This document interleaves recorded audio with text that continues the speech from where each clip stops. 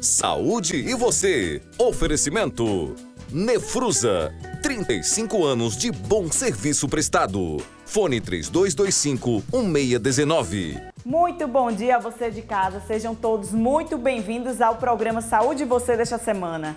No programa de hoje vamos falar sobre as alergias de verão. Você vai conferir a importância do banho de sol nos recém-nascidos. Confira como cuidar dos cabelos nessa estação. Tá pensando em comer aquele panetone no Natal sem peso na consciência? Vamos mostrar como. E ainda, os perigos da automedicação para os idosos. Fica com a gente, o programa Saúde e Você está só começando.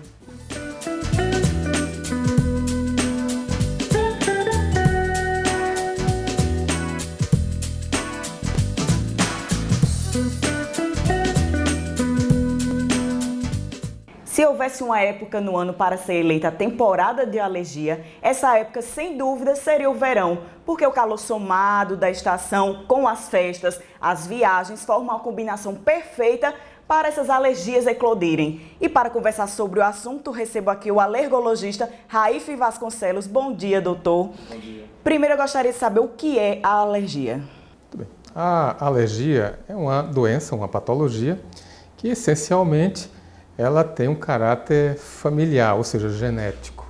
Existe uma predisposição, na maioria das pessoas, para desenvolver processos alérgicos, sejam respiratórios, sejam de pele, de medicação, alimentar, né? Vários tipos de alergia. Mas, geralmente, em 90%, 95% das vezes, você encontra um fator genético envolvido nessa doença. Se tratando das alergias de verão, se a pessoa já tem alguma predisposição a ter alergia, elas tendem a piorar nessa época? Sim, não só no verão, né? Sempre que ocorrem as mudanças de estações, né? Pode ser do período do inverno para o verão ou do verão para o inverno, acontece uma eclosão dessas doenças, né? O paciente alérgico, né? O atópico, né? Digamos assim, vamos chamá-los de atópicos. O atópico é aquele paciente que tem essa predisposição a desenvolver as doenças alérgicas, né? Então, nesse momento, geralmente, elas aparecem com mais intensidade. E como identificar, para quem está em casa, os fatores de risco? Bom, o principal fator de risco é a história familiar. Claro que existem as pessoas que podem se tornar alérgicas com o passar do tempo. Bom, pessoas que têm contato com poeira, exposições a aeroalérgenos, né? Fumaça, cigarro, elas têm uma predisposição somada com a sua atopia maior para desenvolver essas alergias. O importante é, desconfiou, procurar o especialista para ele fazer o diagnóstico. Certo. E se tratando da urticária, o que ela é exatamente? A urticária é uma entidade um pouco, digamos assim, específica, né? Nem toda urticária é alérgica. Existem vários tipos de urticárias. Algumas são chamadas urticárias físicas, outras são urticárias alérgicas agudas ou crônicas, e outras que estão envolvidas até com doenças imunológicas. É uma entidade bastante complexa, né?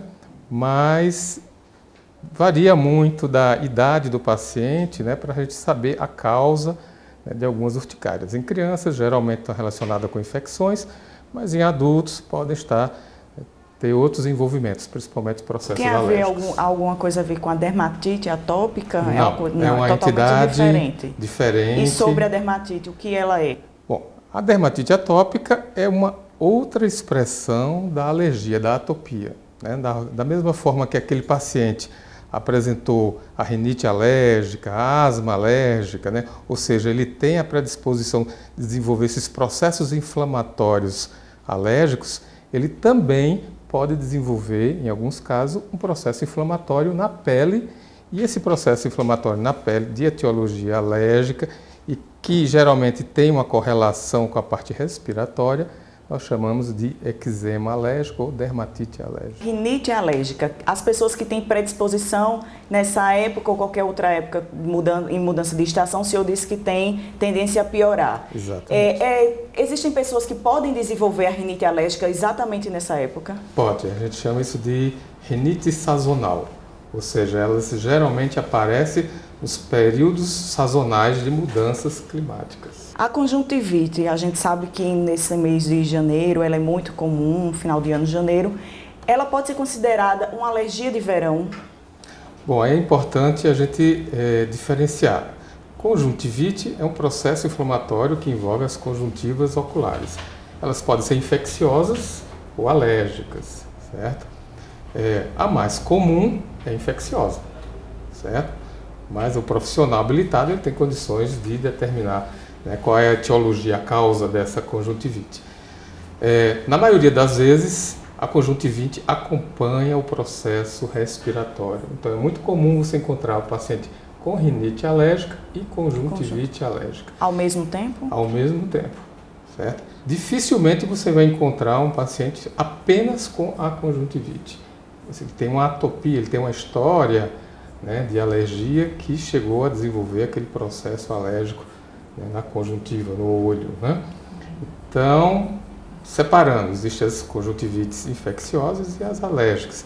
E esses períodos propícios à piora da alergia respiratória também piora das alergias oculares. Ok, doutor. De qualquer forma, sentiu alguma coisa estranha no corpo, procurar sempre um especialista para melhor avaliação, não é mesmo? Sim, com certeza. E principalmente evitar, né, a automedicação, né, e ficar criando falsos diagnósticos. Né, exatamente. Muita gente fica colocando a culpa em determinada coisa que causou alergia, ou tenta relacioná-las e às vezes não consegue, né? Então muitas pessoas acham que sua alergia respiratória é causada por alimentos e isso raramente acontece. Tem que se fazer todo um levantamento histórico. Doutor, muito obrigado por sua participação, até uma próxima vez. Eu que agradeço. O banho de sol para os bebês foi uma recomendação durante décadas. Na maioria das vezes, essa recomendação era feita para os bebês que tinham icterícia leve ou apenas porque era considerado saudável. Mas isso mudou. Confira agora o porquê.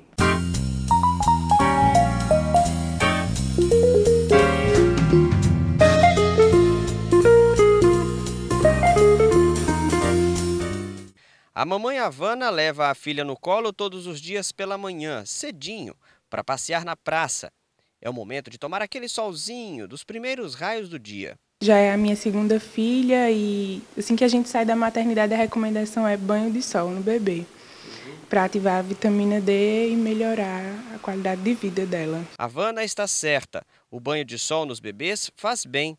É importante para o desenvolvimento e a ativação da vitamina D que o bebê recebe através do leite materno.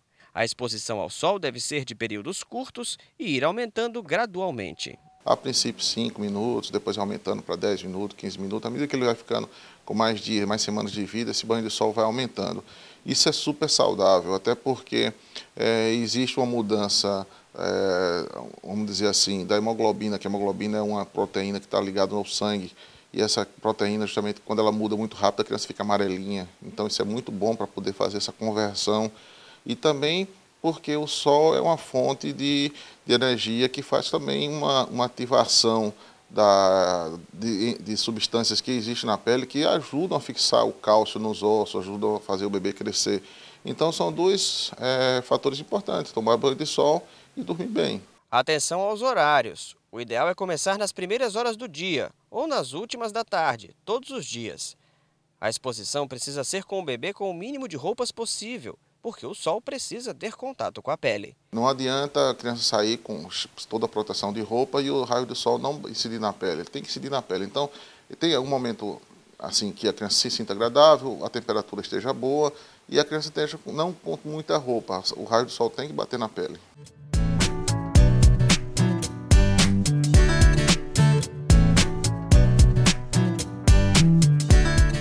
Com a chegada do verão, as loiras e as morenas tendem a sofrer muito com os cabelos danificados por conta do sol, mar, piscina e por aí vai.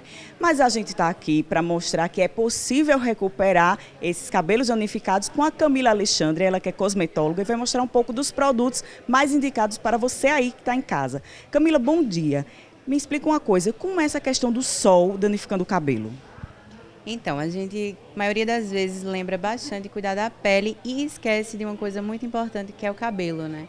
que na mulher é o que há de mais bonito. Então eu vou dar algumas dicas para vocês de alguns produtos e como fazer umas receitinhas em casa também para ter essa manutenção e a proteção do sol nesse verão. Camila, vamos mostrar então alguns produtos que você veio a separar para quem está em casa recuperar esses cabelos.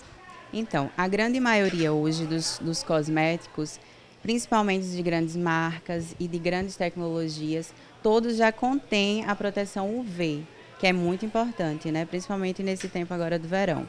Um exemplo são os óleos, só que os óleos tem que ter muito cuidado antes de usar e escolher o óleo correto e na hora correta, porque principalmente os loiros acabam oxidando bastante se você utilizar óleos e ir diretamente ao sol, que não é indicado. E a maioria das pessoas fazem isso sem pensar nos malefícios também. Tem os cremes, os leave-ins, e principalmente para as loiras é muito indicado utilizar esses com cores, principalmente porque o sol ele acaba oxidando a cor do cabelo. E uma grande moda que está agora que são os cabelos com efeito praia. Aí a gente tem os produtos salinizados que vão dar esse efeito no cabelo. Camila, se tratando dos óleos, tem algum... Pronto, nem todo mundo tem a condição financeira de comprar um óleo bom, de marca boa. Tem alguma outra coisa que você possa indicar para eles? Então, estava uma grande moda do óleo de coco. Porém, o óleo de coco ele é legal ser utilizado apenas depois de ir à praia, ou durante a noite para dormir, antes de uma hidratação, mas nunca utilizar o óleo de coco para ir diretamente ao sol, porque ele pode acabar oxidando a cor do cabelo. Certo, e se tratando de cabelo que vai para o mar, piscina, altera o pH do fio. Aí dá uma dica para recuperar esse pH. Então, você pode ir ao salão, que é muito importante, fazer uma reposição de aminoácidos, neutralizar esse cabelo, o pH desse cabelo. E uma dica muito importante para quem não tem condições, como você falou, de ir ao salão, de estar gastando tanto com tratamento, uma dica bem legal é o vinagre de maçã. Você coloca no cabelo após lavar com shampoo, deixa uns 15 minutinhos, ele já vai dar uma neutralizada nesse pH e uma comportada no fio também. Certo, e quanto ao óleo de coco, pode utilizar à noite, como você falou? Isso, principalmente à noite. Aí acorda, lava o cabelo normal e vai dar um resultado bem legal no cabelo. Camila, tem alguma outra dica que você queira dar para quem gosta de enfrentar verdadeiramente o sol, mas quer proteger o cabelo? Tá uma grande moda agora que são os lencinhos, que as grandes blogueiras estão usando. Fica super charmoso para você ir à praia e, consequentemente, vai proteger o cabelo do sol. Que isso é ótimo e é o mais importante. Com certeza. Camila, você quer deixar alguma rede social sua, Instagram, WhatsApp, para quem danificou aí, se aproveitou bem do verão, poder recuperar os cabelos? Então, eu sempre coloco dicas no meu Instagram, que é @makehairbycamila. Então, lá eu sempre dou dicas, quem quiser mandar direct também, para me dar essas dicasinhas de como proteger, como fazer esse pós-tratamento, pós-sol. E também vou deixar meu WhatsApp aqui para quem quiser entrar em contato. Ok, Camila, muito obrigada por sua participação aqui no Saúde e Você. Obrigada a você. E cuidado com o cabelo, gente, nesse verão. E o nosso mito ou verdade de hoje é: as alergias tendem a piorar no verão? A resposta você confere no próximo bloco.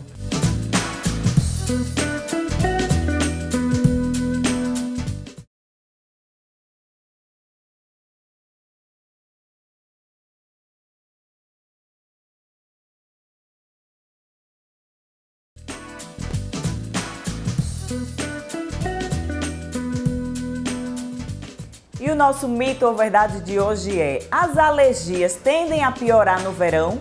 É mito, não ocorre aumento das alergias no verão, até porque nós nem temos estações do ano bem definidas no nosso clima tropical. O que pode acontecer, e que muitas vezes acontece, é a maior exposição das pessoas a piscinas, a excesso de sol, o que pode levar a um desequilíbrio, a crises de rinite, nariz obstruído, agravamento de quadros, presença de sinusite, mas muito mais em função dessa exposição ao sol exagerada e a exposição às piscinas e cloro. Hoje nós do Saúde e Você viemos conhecer mais sobre o diagnóstico por imagem, que é uma área da medicina que está em constante crescimento. Estou aqui com o Dr. Eduardo Costa, ele que é radiologista, mais precisamente especialista em ressonância magnética. Doutor, muito bom dia. Explica para quem está em casa o que é o diagnóstico por imagem. Bom dia, Tatiana. Bom dia vocês de casa. O diagnóstico por imagem é uma especialidade médica que se dedica aos exames de diagnóstico, né? Antigamente era conhecido como radiologia e só apenas radiologia, especialidade, mas com o avanço, a diversificação dos métodos, hoje em dia é radiologia e diagnóstico por imagem, que compreende toda a gama de exames, desde a radiologia convencional, que é o famoso raio-x, a ultrassonografia, que já veio um pouco depois, a tomografia computadorizada e, mais recentemente, a ressonância magnética. A gente faz toda a gama de exames por imagem, todos esses que eu lhe falei, mas a gente tem um foco grande em tomografia e em ressonância, que são esses exames mais avançados e que hoje são imprescindíveis em muitos casos. Certo. Quem está em casa geralmente confunde o termo tomografia, ressonância, acha que pode ser tudo na cabeça e por aí vai. E explica um pouco para quem está em casa sobre esses tratamentos, porém separados. Os exames de tomografia e ressonância são basicamente o que a gente tem de mais avançado hoje em dia. Têm suas semelhanças, de modo que mostram a anatomia com perfeição, com muitos detalhes, sendo que tem algumas diferenças básicas. A ressonância, por exemplo, ela não tem radiação ionizante, ou seja, ela é um exame basicamente inócuo. É um campo magnético com ondas de radiofrequência, essas duas forças interagindo e gerando as imagens sem nenhum possível interação danosa ao organismo. Porque geralmente ao se fazer uma ressonância é pedido que se tire qualquer metal. Se você tiver algum metal no corpo é proibido de se fazer. Explica um pouco. Isso, assim, esses aí são princípios fundamentais de segurança em ressonância magnética. Como temos um campo magnético de altíssima intensidade, é imprescindível que nada que seja atraído por esse campo entre no ambiente de ressonância magnética. Então nada que seja passível de ser atraído, ele pode entrar. Certo. E se tratando da ultrassom, tem esse mesmo pedido ou é apenas na ressonância? Na tomografia também eles pedem para que retire? A ultrassom, apesar de ser um método que já existe há mais tempo, ele tem em comum algo com a ressonância, que é o fato de não ter também radiação ionizante. No entanto, não existe um campo magnético, ou seja, não precisa ter preocupação com nada. Qualquer objeto pode entrar numa sala de ultrassonografia normal. São ondas de ultrassom, que na realidade é uma tecnologia que derivou do sonar. Tecnologia do sonar, acho que desenvolvida durante a Segunda Guerra, que é baseado na emissão e reflexão daquelas ondas sonoras. Essa radiação que é emitida pelo equipamento, a longo prazo, ele pode trazer algum dano para o ser humano? Bem, assim, existem estudos que mostram que uma exposição continuada e a longo prazo, em excesso, ela pode ou não trazer malefícios. Como esses estudos ainda estão em andamento, se evita ao máximo, entendeu? Mas assim, são doses ainda, existe também uma preocupação muito grande no controle da dose. Mesmo nesses métodos que a gente sabe que tem radiação, existe uma constante preocupação em usar o mínimo possível de radiação para se ter uma qualidade diagnóstica satisfatória. Quem nunca tomou aquele remédio sem prescrição após uma dor de cabeça ou febre? Ou pediu a opinião daquele amigo sobre qual medicamento ingerir em determinadas ocasiões? Pois a automedicação, muitas vezes vista como uma solução para o alívio imediato de algumas doenças, pode trazer sérias consequências. Confira.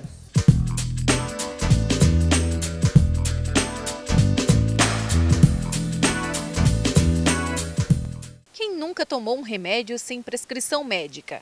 Para esse professor, é quase impossível encontrar alguém que não possui esse hábito. Manuel explica que as dores de cabeça e até as alterações na pressão arterial são resolvidas com a farmácia que já tem em casa. É da cultura brasileira, né, das pessoas se automedicarem na perspectiva de que se resolva os problemas de imediato.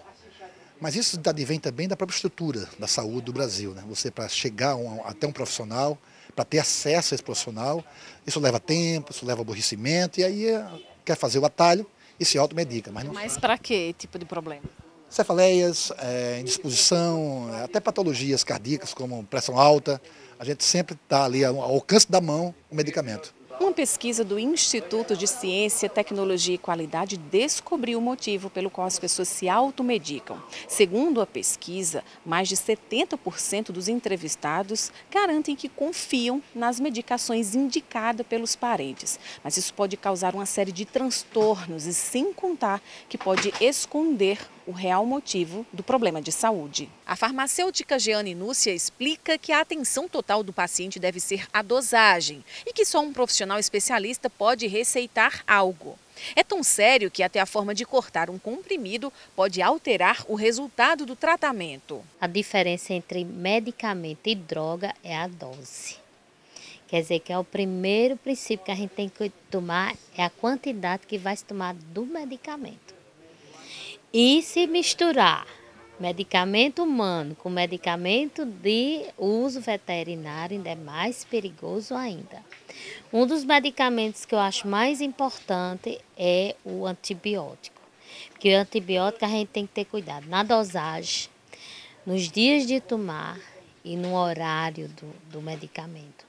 Porque se não for tomado correto, em vez de fazer benefício, vai fazer malefício à pessoa. Se a automedicação é perigosa, imagine a gravidade quando se toma remédio animal. Parece mentira, mas a história é verdadeira. Na casa de Meire tem 19 cães e 15 gatos. Ela ainda cuida dos pais idosos. Com a rotina pesada, às vezes passa algo despercebido. Dias depois, notou que a mãe dela estava tomando a medicação dos bichos. Eu estava com a caixa de medicamento, né, dos veterinários, e quando eu fui ver, ela estava lendo a bula e disse, eu vou guardar isso aqui. Você não vai doar, não. Eu disse, como assim? Não, você não vai doar. Eu disse, mas mãe, é meu. E é meu, e ficou e guardou. No começo da entrevista, a aposentada Júlia Ferreira não quis assumir o erro. Mas no final da conversa, afirmou que tomava Flanalive para o intestino. Segundo a aposentada, ela só tomou depois que leu a bula. Já chegou a tomar alguma medicação dos animais, alguma Livre, não. Hã? Aquele Flanalive. Flanalive? Sim, aquelas caixas. Ah, aquele eu tomei, porque eu li a bula primeiro. E vi a bula que era bom. Ainda tem um pouco lá. Júlia garante que a saúde está bem, mas o comportamento não é aconselhado por especialistas. Remédio veterinário só para os animais. Com certeza, remédio humano, pode ser o inverso. O animal pode tomar o humano, mas o humano, o animal, não pode não.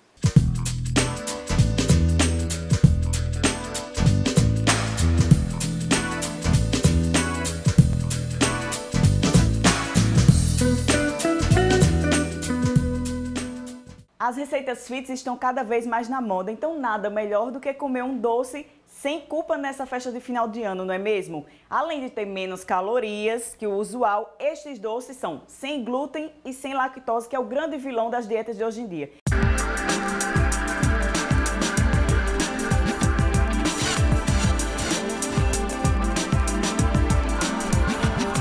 Para conversar sobre o assunto, estou aqui com Sônia Nóbrega, ela que está mais ou menos um ano e meio neste ramo, mas já é um grande sucesso aqui em João Pessoa. Sônia, bom dia. Bom dia. Conta para quem está em casa um pouco como você começou a entrar nesse ramo. Certo, eu comecei a cozinhar essas comidas mais funcionais, sem glúten e sem lactose, depois que eu descobri que tinha intolerância tanto ao glúten como à lactose, que quando eu descobri na época não tinha a variedade que a gente tem hoje, tinha mais os produtos industrializados de supermercado. E eu não gostava muito, então eu comecei a fazer substituições nas receitas da família, fazer alguns cursos E foi dando certo. E viu a necessidade da grande população hoje em dia, né? De questão de dieta, as nutricionistas geralmente eliminam isso na dieta das pessoas. E se tratando desses doces que você faz, conta um pouco pra gente. Eu vi ali que tem um panetone, tem os brownies, tem os docinhos, bolos. São produtos funcionais que a gente utiliza só ingredientes que fazem bem para a saúde. Um alimento funcional, ele necessariamente não pode ter nem glúten e nem lactose. E no caso do brownie, ele é feito com a base de castanha de caju, que é uma oleaginosa que é rica em gordura, que faz bem para a saúde. O panetone é feito com batata doce, que é um carboidrato complexo que também é de longa absorção, então o índice glicêmico não eleva tanto. Prioriza-se chocolates mais amargos, o cacau puro, que faz bem para o coração. Então, são substituições inteligentes. Se tratando do doce, desses docinhos, ele leva algum tipo de açúcar? Não, esses docinhos, eles são veganos, não tem nada de origem animal.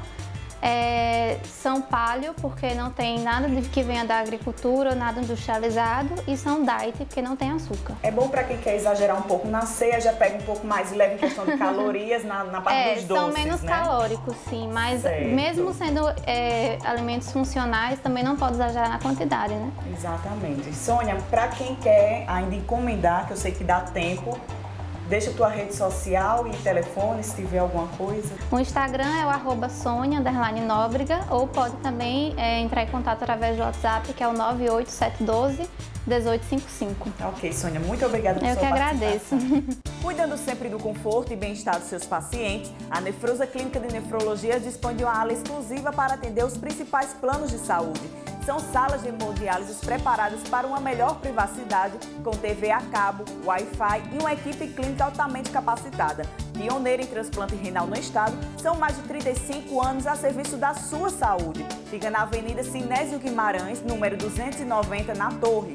Para mais informações, 3225-1619. E você pode participar do nosso programa através das nossas redes sociais. O Instagram é @SaúdeVocêTV, a nossa fanpage no Facebook é Programa Saúde Você e o nosso e-mail é saudevoce@tvarapuã.com.br. O programa desta semana vai ficando por aqui. A vocês de casa, muito obrigada e temos um encontro marcado o próximo sábado às 10h30 da manhã. Não se esqueça!